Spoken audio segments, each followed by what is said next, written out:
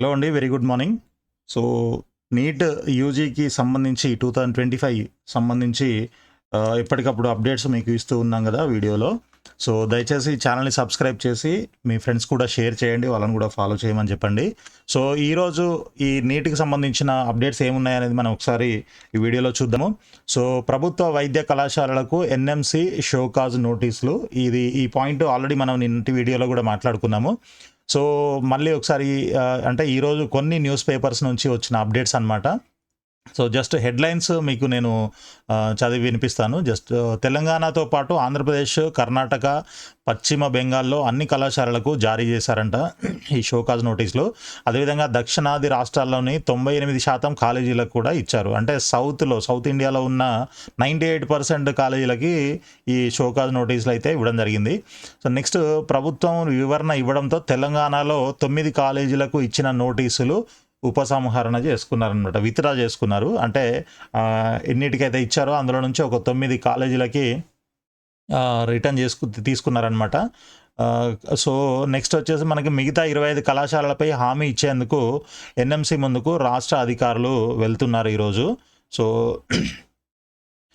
మొత్తంగా ఈ విధంగా ఉంది. మన ఒక్క స్టేటే కాదు, దాదాపు అన్ని స్టేట్స్‌లో, ఇండియాలో ఉన్న అన్ని స్టేట్స్‌లో అందరికీ ఇలాంటి నోటీసులు అయితే ఇవ్వడం జరిగింది. సో, వాటికి సంబంధించిన డీటెయిల్స్ అన్నీ కూడా తీసుకొని ఎన్ఎంసీకి అయితే వెళ్తున్నారు సంబంధిత అధికారులంతా కూడా. సో, నెక్స్ట్ వచ్చేసి మన మెడికల్ కాలేజీలు మెరుగే అని చెప్పేసి కూడా మనకి ఒక వార్త అయితే అందుతుంది. ఎన్ఎంసీ నిబంధనల మేరకు సౌకర్యాలు అయితే అన్నీ ఉన్నాయంట. 1, 2 మినహా అన్ని చోట్ల సకల వసతులున్నాయి.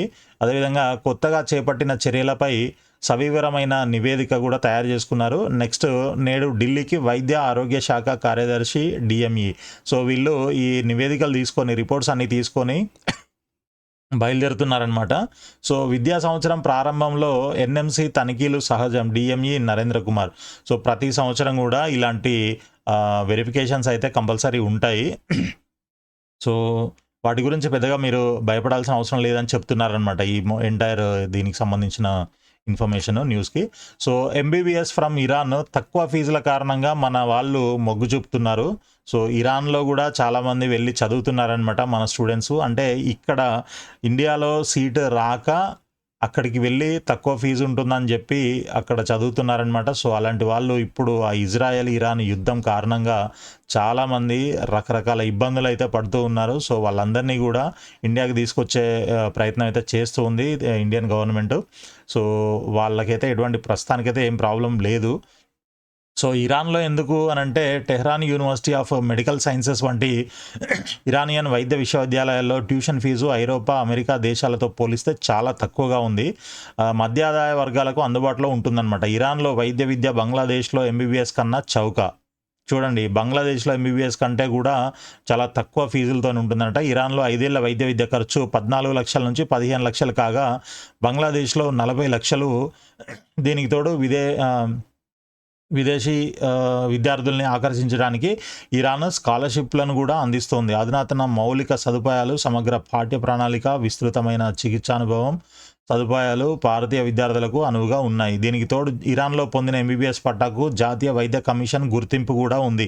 అక్కడ ఎంబీబీఎస్ చేసిన విద్యార్థులు ఎఫ్ఎంజీఈ పరీక్షలో ఉత్తీర్ణత సాధించి భారత్‌లో ప్రాక్టీస్ చేయవచ్చు. సో, ఇదనమాట పరిస్థితి. సో, ఎందుకంత డిమాండ్ ఉంది అనంటే ఇండియాలో 1.1 లక్షల అంటే 1,10,000 సీట్లున్నాయి. అందులో గవర్నమెంట్ కాలేజీలో తీసుకుంటే 55,000 సీట్లే ఉన్నాయి. ప్రైవేట్ కాలేజీల్లో ఫీజులేమో ఆకాశాన్ని అంటుతున్నాయి. మీకు తెలుసు కదా, కన్వీనర్ కోటాలో రాకపోతే బి కేటగిరీలో అయితే మన దగ్గర తెలంగాణలో 12.5 లక్షలు, సి కేటగిరీ అయితే 25 లక్షల వరకు కూడా తీసుకునే అవకాశం ఉంటుంది. కాబట్టి అంతంత ఫీజులు చెల్లించలేక ఇప్పుడు సి కేటగిరీ తీసుకోండి, 25 లక్షల వరకు తీసుకోవచ్చు అనంటే 25 ఇంటూ 5 సంవత్సరాలు, 5.5 సంవత్సరాలు అంటే చూడండి, అదే 1,00,00,00,000 దాకా అవుతుంది. సో, అంత ఫీజు పెట్టే బదులు ఇక్కడ చూడండి, ఇరాన్‌లో దాదాపు మీకు ఇక్కడ చెప్తున్న ప్రకారంగా 14 నుంచి 15 లక్షలు అందులోనే అయిపోతుంది. ఇక దానికి తోడు ఇంకేమైనా హాస్టల్ ఫీజులు, రానుపోని ఖర్చులు ఇవన్నీ కలుపుకొని ఇంకొక 5, 10 లక్షలు యేసుకున్నా మొత్తం 25, 30 లక్షలు దాటే అవకాశం లేదు. సో, అలాంటప్పుడు మరి అక్కడికెళ్ళి చదువుకొని ఆ తర్వాత ఇక్కడికొచ్చి ఎగ్జామ్ రాసుకొని ఇండియాలో గూడా ప్రాక్టీస్ చేసుకునే అవకాశం ఉందనమాట. సో, అందుకని జెప్పేసి ఇరాన్‌కి వెళ్తున్నారు. కాకపోతే ఇప్పుడున్న పరిస్థితుల వల్ల ఈ ఇరాన్‌లో ఈ ఉన్న పిల్లలు స్టూడెంట్స్ ఎవరైతే ఉన్నారో వాళ్ళ పరిస్థితి కొంచెం బాధాకరంగానైతే ఉంది. సో, నెక్స్ట్ వైద్య కళాశాలల్లో అధ్యాపకుల కొరత అని జెప్పేసి ఒక రిపోర్ట్ గూడా మనకి రావడం జరిగిందనమాట. సో, ఇదేంటనంటే ఇదే మనకి నిన్న మనం అనుకున్నాం కదా! 26 కాలేజీలు గవర్నమెంట్ మెడికల్ కాలేజీలకి ఎన్ఎంసీ షోకాజ్ నోటీసులు ఇచ్చింది. సో, వాటికి సంబంధించి ఇమ్మీడియేట్‌గా రిపోర్ట్స్ తయారు చేయండి. ఎక్కడెక్కడ ఏమేం ప్రాబ్లమ్స్ ఉన్నాయో దానికి సంబంధించి వాటన్నిటిని మెరుగుపరిచేదానికి బడ్జెట్ కూడా కేటాయిస్తామని చెప్పేసి సీఎం గారు మనకి అనౌన్స్ చేశారు. సో, రాష్ట్రంలో మొత్తం 34 ప్రభుత్వ వైద్య కళాశాలలు ఉండగా చాలా కాలేజీల్లో అధ్యాపకుల కొరత తీవ్రంగా వేధిస్తుంది. అనేక చోట్ల ఫిజియాలజీ, అనాటమీ, మైక్రోబయాలజీ లాంటి సబ్జెక్టులను బోధించేందుకు ప్రొఫెసర్లు, అసోసియేట్ ప్రొఫెసర్లు, అసిస్టెంట్ ప్రొఫెసర్లు లేరు. అనేక బోధనాసుపత్రులకు అనుబంధంగా ఉన్న బ్లడ్ బ్యాంకుల గడువు తీరిపోయింది. పలు జిల్లా కేంద్రాల్లో వైద్య విధాన పరిషత్ ఆసుపత్రులను ఉన్నతీకరించి వైద్య కళాశాలలుగా మార్చారు. ఆయా చోట్ల కొత్తగా బ్లడ్ బ్యాంకులను ఏర్పాటు చేయాల్సిన అవసరం ఉంది. సో, వైద్య కళాశాలల సంఖ్య గణనీయంగా పెరిగిన క్రమంలో మారుమూల ప్రాంతాల్లో ఉన్న కాలేజీల్లో కెడావర్ల మృతదేహాల కొరత ఉంది. సో, అక్కడ అంటే డెడ్ బాడీస్ ఉంటే వాటి మీద వీళ్ళు ప్రాక్టికల్స్ చేసుకోవడానికి ఉంటుంది కదా! సో, అదనమాట. అక్కడ వాటి కొరత కూడా ఉంది. 10 మంది విద్యార్థులకు డిసెక్షన్ కోసం ఒకటి ఉండాలని ఎన్ఎంసీ నిబంధన ఉన్న రాష్ట్రంలోని సర్కారు కళాశాలల్లో ఒక్కో కెడావర్పై 16-20 మంది పాఠాలు నేర్చుకుంటున్నారు. సో, 10 మందికి ఒకటి ఉండాలంటే దగ్గర దగ్గర 20 మంది దాకా ఒక్కదాని మీద ప్రాక్టికల్ చేస్తున్నారంట. సో, విద్యార్థులు నైపుణ్యమైన పాఠాలు నేర్చుకోవాలంటే సిటీ స్కాన్ యంత్రాలు ఖచ్చితంగా ఉండాలి. యూజీ వైద్య కళాశాలలో అనేక చోట్ల వీటి కొరత ఉంది. కొన్ని చోట్ల పూర్తిగా లేకపోగా మరికొన్ని చోట్ల ఇప్పుడిప్పుడే కొనుగోలు ఆర్డర్ ఇచ్చారు. పలు ఆసుపత్రుల్లో పడకల సంఖ్య తక్కువగా ఉంది. 50 సీట్ల వైద్య కళాశాలల్లో కనీసం 220 పడకలు ఉండాలి. కానీ చిన్న ఆసుపత్రులను ఉన్నతీకరించడంతో పడకల కొరత ఉంది. వీటిని పెంచాల్సిన అవసరం ఉంది. సో, ఇదండి మరి ఈ విధంగా ఉన్నాయి గవర్నమెంట్ కాలేజీల్లో పరిస్థితులు. అఫ్‌కోర్స్ ఇప్పుడు గవర్నమెంట్ కాలేజీలు వచ్చి కూడా 3, 4 సంవత్సరాల కంటే ఎక్కువ కాలేదు. అన్నీ తీసుకున్నా కూడా మనకి బిఫోర్ లాస్ట్ ఇయరే ఎక్కువ కాలేజీలు వచ్చాయి.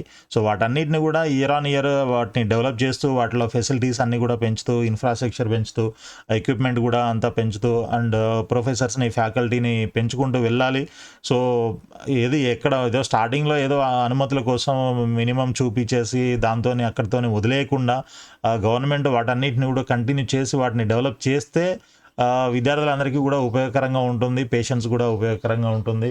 సో, ఇవన్నీ కూడా దృష్టిలో పెట్టుకొని మీరు ఆప్షన్స్ పెట్టుకునేటప్పుడు ఫస్ట్ ప్రయారిటీ ఏ కాలేజ్‌కి ఇస్తే బావుంటుంది, తర్వాత ఏ ప్రయారిటీ ఇవ్వాలి, ఏ కాలేజ్‌కి ఇవ్వాలి, ఇలా కాలేజెస్‌ని ప్రయారిటైజ్ చేసుకోవడం ఇదంతా కూడా మీరు హోంవర్క్ చేయాల్సి ఉంటుందన్నమాట. ఇన్ కేస్ మీకు అలాంటి కౌన్సిలింగ్ ఏదైనా కావాలి, గైడెన్స్ కావాలి మనకి నీట్ కౌన్సిలింగ్ మొత్తానికి అని అనుకుంటే మీరు కింద కనిపిస్తున్న నంబర్‌కి వాట్సాప్ మెసేజ్ చేయండి. వాటికి సంబంధించి కొంత అమౌంట్ చార్జెస్ అయితే ఉంటుంది. ఆ చార్జెస్ మీరు పే చేసినట్లయితే మీకు కంప్లీట్ గైడెన్స్ ఇవ్వడము అండ్ మీకు రిజిస్ట్రేషన్ దగ్గర నుంచి మీకు అడ్మిషన్ వచ్చేంత వరకు గైడెన్స్ ఇవ్వడము, వాటికి సంబంధించిన ప్రాసెస్ అంతా కూడా మేమే చేస్తాము, ఆప్షన్స్ పెట్టడం కూడా. సో, ఇవన్నీ కావాలి అని అనుకుంటే మీరు తప్పకుండా కింద ఇవ్వండి. లేదు ఓన్లీ మాకు మెంటర్‌షిప్ ఇస్తే చాలు అనుకుంటే కూడా అలాంటి ఓవర్ ది ఫోన్ మీకు గైడెన్స్ కూడా ఇవ్వడం జరుగుతుంది తక్కువ ఛార్జెస్తోని. సో, ఎవరికైనా ఇంట్రెస్ట్ ఉన్నట్లయితే మీరు కింద నంబర్‌కి వాట్సాప్ మెసేజ్ చేయండి. కాల్స్ చేస్తే మాత్రం దయచేసి మేము అన్ని కాల్స్ అటెండ్ చేయలేకపోతున్నాము. దయచేసి అర్థం చేసుకోండి. సో, ఈ వీడియో కనుక నచ్చినట్లయితే మీరు దయచేసి లైక్ చేయండి ఫస్ట్. ఆ తర్వాత ఛానల్‌ని సబ్స్క్రైబ్ చేయండి. ఫైనల్‌గా మీ ఫ్రెండ్స్ కూడా షేర్ చేయండి. వాళ్ళకు కూడా యూజ్ అవుతుంది. ఆల్ ది బెస్ట్ అండి. Thank you so much.